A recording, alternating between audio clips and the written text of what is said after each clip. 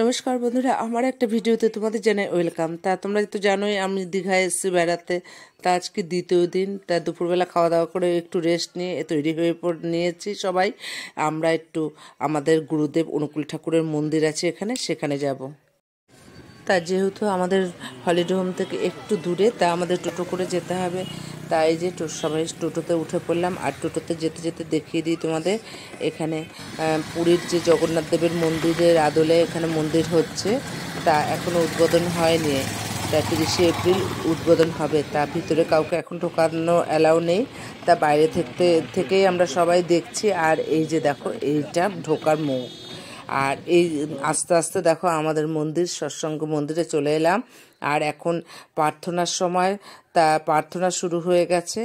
আর আমরা টোটো থেকে নেমে ভেতরের দিকে ঢুকছি। আর তোমাদেরও একটু ভেতরটা দেখিয়ে দিই।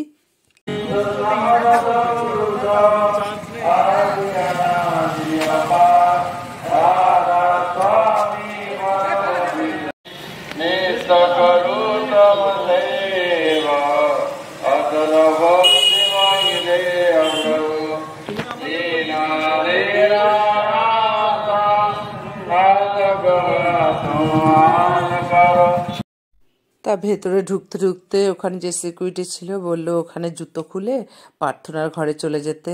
তা আমরা জুতো খুলে, এই যে দেখো এখানে এই সিঁড়ি দিয়ে উপরে উঠতে হবে, প্রার্থনার ঘরে চলে যাচ্ছি।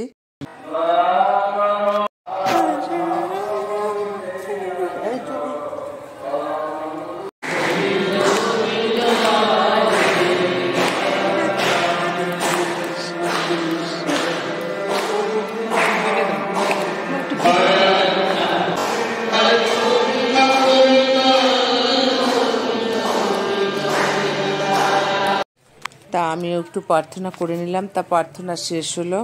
তা এবার নেমে যাচ্ছি নিচের দিকে। আর এখানে দেখো এই যে বড় মার ঘর, এটা আর কি মানে তৈরি হয়েছে আর কি, আসল তো দেওঘরে। তা যাই হোক, বড় মার এখানে নমস্কার করে প্রণামী দিয়ে সবাই দেখি এদিক দিয়ে যাচ্ছে। আর এখানে যে আমাদের গুরুদেবের যে অধ্যায়গুলো মানে বাণীগুলো আছে, এগুলো সব বলছে আর কি।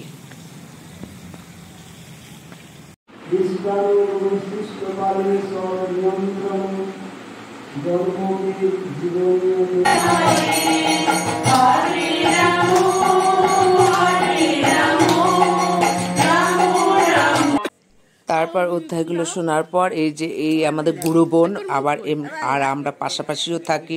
একই দিনে আমরা মানে দীঘাতে গেলাম। ওরা ওই সৎসঙ্গ আশ্রমে উঠেছিল, আমরা হলিডে হোমে উঠেছিলাম। তা যাই হোক, পাড়ার মানে বেড়াতে এসেও পাড়ার লোকের সাথে দেখা হলো, এটাই আনন্দ। ওই দিদি গান করলো।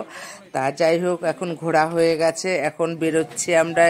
মানে এবার গিয়ে আবার টোটো করে রুমে ঢুকবো, ঢুকে আবার একটু পরে বিচে গিয়ে বসবো।